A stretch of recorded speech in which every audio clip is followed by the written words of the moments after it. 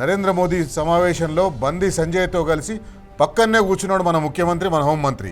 ఇద్దరు ఇకలికలు పక్కపక్కలు నవ్వుకుంటున్నారు. ఇంత సీరియస్ కేసు రాష్ట్రంలో మనం ఇంతకుముందే చూసినాం. పోయిన వారం ఇదే కార్యక్రమంలో చర్చలో చూసినాం మనం. రాష్ట్రంలో మహిళలకు రక్షణ లేదు, మహిళలపైన అత్యాచారాలు పెరిగిపోతున్నాయి.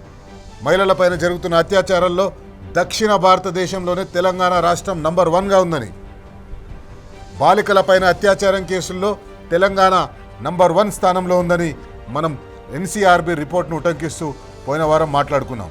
ఇప్పుడు పరిస్థితి మరింత దారుణంగా తయారైంది.